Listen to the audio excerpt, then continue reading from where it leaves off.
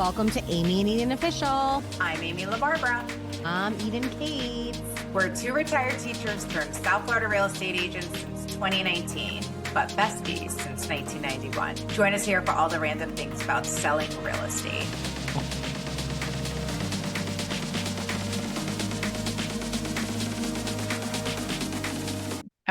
Okay. Welcome to Amy and Eden Official.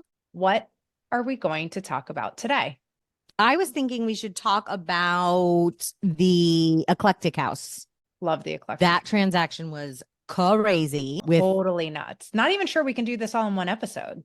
But let's try. Okay. We had Fiji. We had the Los Olas Art Festival. We had all the things. Yeah, we did. Let's start at the very beginning. Okay. So where did they come from? How did they come to us? Per usual, it's a referral. We only work our business by referral, if you didn't know from other episodes. This was a referral from a friend's friend whose mom's house we sold for her. And she had a friend that she worked with who needed a buyer's agent. So we were happy to take them on. They were fantastic. So the craziest part about these buyers is they live in Fiji, but they wanted a home here in Fort Lauderdale. So for those of you who don't know, we are in South Florida. And in Fiji, it's the next day. Yes. I think they're 17 hours ahead.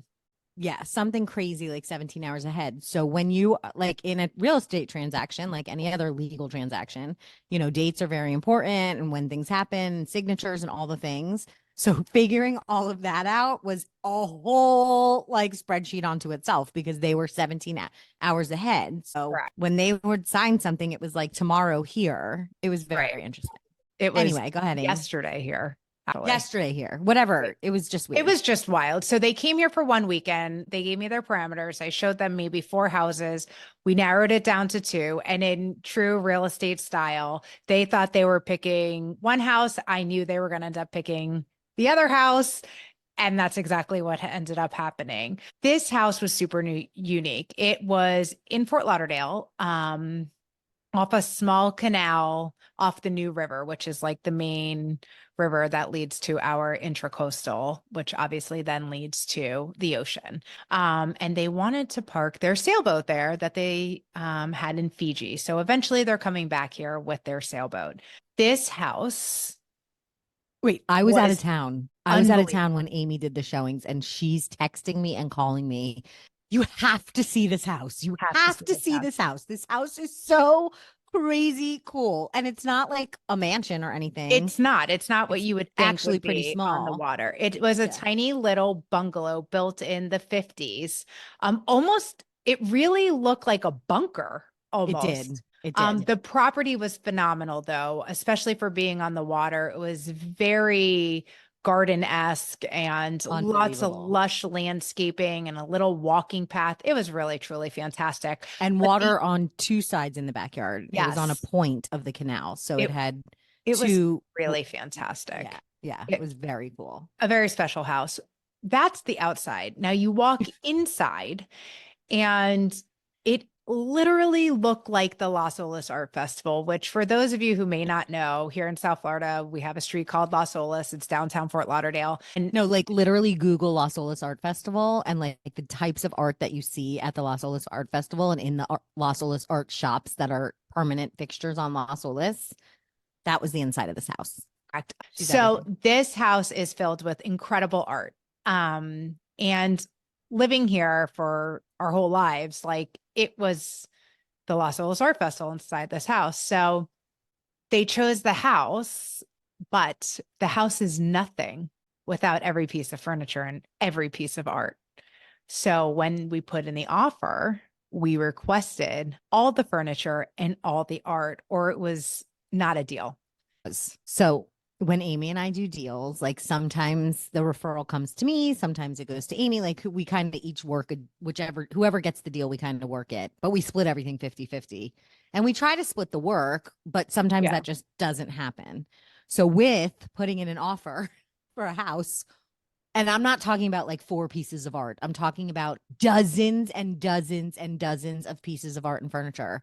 Amy had to inventory every single piece of art on a spreadsheet, go over every single piece of art with the listing agent. Take pictures of every single piece of art individually to add. And then at the walkthrough, had to verify that literally every single piece of art was still there and furniture. I might have to try to find pictures from the listing also. Won't publish the address, but just the pictures of the inside. Because it was that spectacular and that much artwork. Okay, let me ask you a question though. In the deals we've done, which is like, I don't know, a lot, dozens and dozens, how many agents do you think would take the time to inventory every single piece of art and furniture that was in the house? I mean, if you're buying it, they have no option. The better question is, would I ever trust somebody to do that? 0%. The answer there is no. Yes, it was a lot of work, but well worth it. A labor of love. It was a labor of love. So you guys, the door to the garage was a silver stream door. Like they took a silver stream door and refitted it. And that was the entrance to the garage. It was so cool looking. It was crazy. Yeah, it was a nuts house. But there are many crazy things that happened in this transaction. But I think we're going to talk about the craziest. And that was 6 days before closing, the agent reached out to me to let me know. Oh my God. She put the wrong commission in the MLS and was asking me if I would take a 0.5% hit due to her mistake. For those of you who don't know, what goes in the MLS is law. That's what's in, like, that's what you go by, and you can't change what's in the MLS without all parties agreeing and signing. And it's a big freaking deal. It's a big deal. When it happened, besides being out of our minds, because the amount we put of everything into every transaction we do, and energy that went into this deal was unbelievable. And 0.5% is a lot at the end of the day after you've pay your broker and pay all your E&Os and all your fees and all your things. And then she and I share everything. Like, it's a big deal. And we would never, if we made that mistake, God forbid, poo, knock all the things that are around, I feel like we would just eat it. 100%. Never go to another agent and be like, oh, you need to take money out of your pocket for us. So like Eden said, and I'm going to take what Eden said a step further. Let's say I entered our listing into the MLS and I entered it wrong. I wouldn't let Eden take the hit on my mistake, let alone some other agent that I just snowballed for 9 weeks that they were getting paid this percentage and not this percentage. Oh, and the house was over $1 million. So we're not talking about $30 here. Yeah. We're talking about a large difference. A large difference. So other Amy, our director of operations, assistant, transaction coordinator, marketing guru, podcast editor, and producer. And other bestie. Principal, who we get in trouble with when we don't do what we're supposed to, and our other bestie. I have the conversation with her about what's happening. And she is like, you're not taking this hit. This is wrong. You're not doing this. Nobody else in their right mind would do this. Everyone would be like, I'm so sorry. Not happening. We sat on it for a little while, thought about it, and we decided we would split her mistake with her. Few reasons. One, I don't want to be the jerky agent. I just don't. I don't want her to go around and spread our names. We truly pride ourselves with our relationships with the other agents. We work very hard to have good relationships with other agents, and it only has ever benefited our clients that we maintain these relationships with agents. As we have 23,000 agents in the market. What do they say? 10% of the agents do 90% of the business, and we come across the same agents all the time. So I don't know that it gives us a leg up. I don't know what it does, but it definitely makes the other person. We are relational people. We like to have good relationships with all the people that we do work with, whether they're on the, like, our competition or our title people or insurance people or mortgage people. Like, it doesn't matter. Positive, happy good relationship people and we like to Correct. keep our karma positive. And I think when agents enter into a deal with us for a second, third, fourth time, it gives Mhm. them a little relief that they know the job's going to get done. You know, we 100%. aren't agents who are working this, small part of our day. This is our whole day every day. We dot So our I's, we anyway, cross our T's. we do. So we decide we're going to split it. We'll take a 1/4% hit. She's going to have to take a 1/4% hit on her end. And it worked out. She was okay with Mhm. it, but it was She very was very painful. gracious. And she was very gracious. She was ultimately. At first, she was real annoyed by it. But the reality was, we had a buyer's agent agreement in place. We were getting paid the percentage that was offered from the beginning from our client, regardless. They came to us 6 days before. I cannot then go to my client and say, oh, by the way, at closing, you're going to owe 0.5% more because the seller didn't hold up their end of the deal. And I explained that to her. And after I explained that to her, she Mhm. got it. She got it. And she was very appreciative and very thankful And look at where the afterwards. market has come. Now with that new NAR lawsuit, everyone's going to have a buyer broker agreement. There you go. Oh, that's a whole nother episode, right? Which We'll talk about that another time. we will, But but please don't any agents freak out about that. It's very simple. Do not read the headlines. It's completely irresponsible journalism, what's happening completely. out there with those headlines. And we can dive into that on another episode. But anyway, that although we inventoried, which seemed like forever, it turned out to be such a fantastic deal. His daughter ended up moving in and he gave it to her as a starter home, which And was it was really exciting. She such an was, emotional walkthrough after it the inventory, of was course. But his daughter came and she was so gracious. And there was like beyond grateful. all beyond grateful. And there was like all these kismet things that happened with, like there was this unbelievably gorgeous orchid hanging. If any of you know me, you know that I'm like I'm orchid obsessed and sometimes they're Right. my babies. And I mentioned to her, did you see the orchid when we walked by? And she started crying and her mom had passed and orchids were her mom's favorite flower and it had just been her mom's birth. It was like all these kismet things that were happening. And at the end of the day, after all of that nonsense with the inventory and with all the Commissions. nonsense with the commission, it ended up being just a fantastic day. And we loved his daughter and we ended up like hugging the other agent and having a great relationship with her in the end and Correct. hope everything Yeah. works out for her and hers as well. And it was crazy, but every transaction is, and every transaction has crazy things that come up. And I'm trying to think. There had to be other things with that. Oh, I know the other thing was the pool. Well, that wasn't a pool. It was a pond, but they wanted to call it a pool. oh my God, it We was were really like, cool though. it was extremely cool, but it was not a pool. It was not a pool, It was a a pond. walk in I don't even think you could pond. walk in it because there was like that bridge. You would have had to like limbo under the bridge to the other But part. then on the other part, it had that infinity ledge up overlooking that side of the dock where the other best friend. Remember, that was It was crazy. not a pool. The original builders or somebody who owned it between the 50s and now, their best friend lived on the other corner. So we had the The other corner lot point. and their other Yeah. best friend lived on this corner and they built a bridge over the Yes. water. Now the bridge is like destroyed so that Yes. the new Nobody owners can. can't get to each other, but Right. I could see us having that aim. Yeah, for sure. Oh, you remember the other thing was the roof? Oh my gosh, that was another crazy thing. Mhm. The roof was cement block, which is Unheard of. absolutely unheard of. It was like a bunker. It truly was a bunker.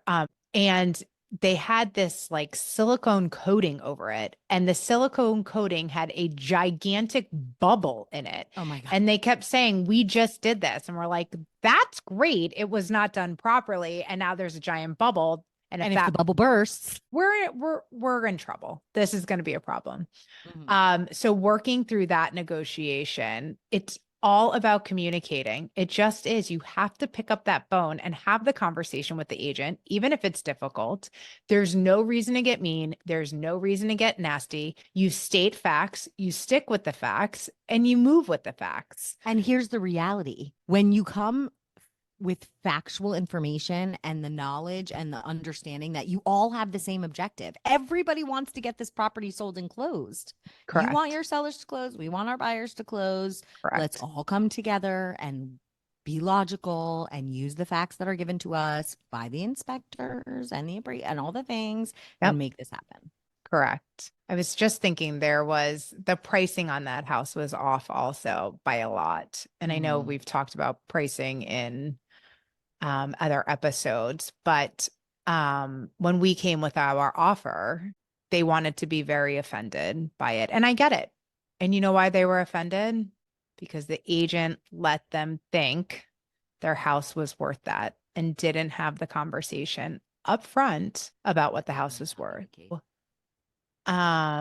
We had to bring comps to the agent and say we are very serious buyers. We have shown you proof of funds. This buyer can close very quickly. But we need it for what its actual value is. And unfortunately, the value that you think it is that you put as the list price is not. And I encouraged her to show her client the comps in the area and really understand why their house is worth what we're asking, Mhm. or offering, I should say. And it did work out. It worked out really well, and they understood it. And we were actually able to meet the owners, and they were Mhm. also pretty They were grateful very cool. considering everything that went on in this transaction. And they were giving up all of their art and furniture to a family, and they really wanted to know that it was going to a good family. And I do think that they got that. They got somebody who's going to love that house and that art and that furniture as much as they did. Also, do you 100%. remember the chandelier? Okay, little backstory. So there was a Murano glass chandelier over the dining room table.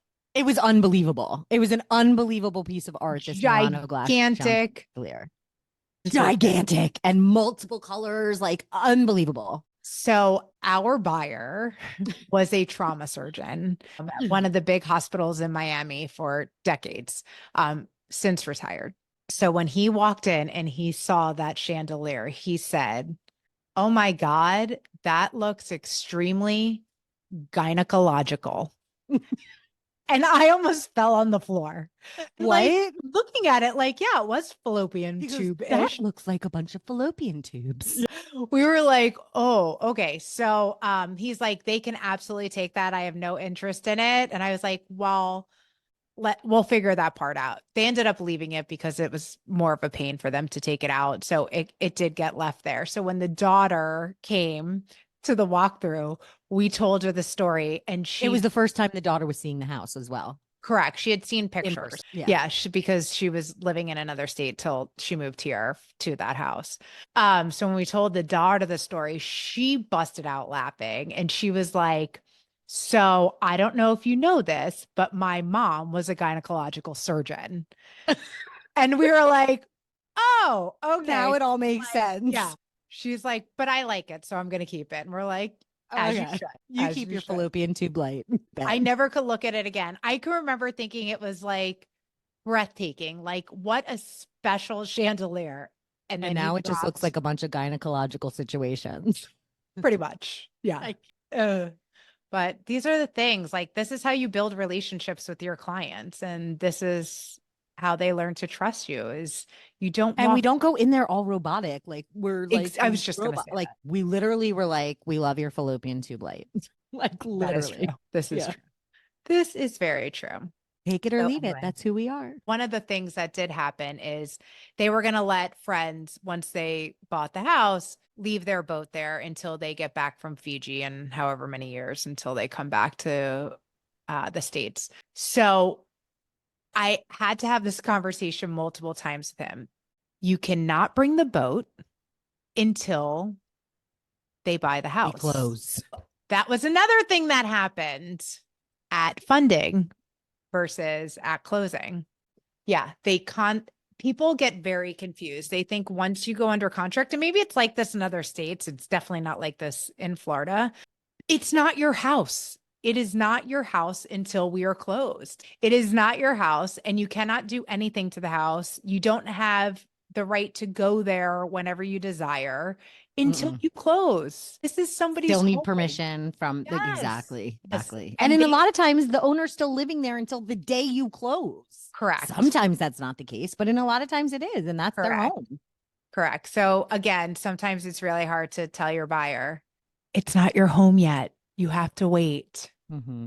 Mm-hmm. Soon So it will be, but not yet. soon it will be. There is not a transaction in real estate that happens where everything is just like how it's supposed to be on paper. Right. So we are very fortunate to have each other, and we invite the rest of our team to come to us when they have anything that comes up with crazy transactions. So if you have anything that's crazy and you need someone to bounce it off of, or you have questions for us about this transaction or any of our other transactions, or how you could be part of our team so you could bounce things off of us too, drop a DM. Let's have a call and let's chat. Let's chat. Amy and Eden Official is hosted by Amy LaBarbera and Eden Cates. It is produced and edited by Amy Battaglia. Like, follow, share, and subscribe on Instagram, YouTube, Spotify, and TikTok at Amy and Eden Official. For more information, schedule a call with us at the Calendly link below. See you next time.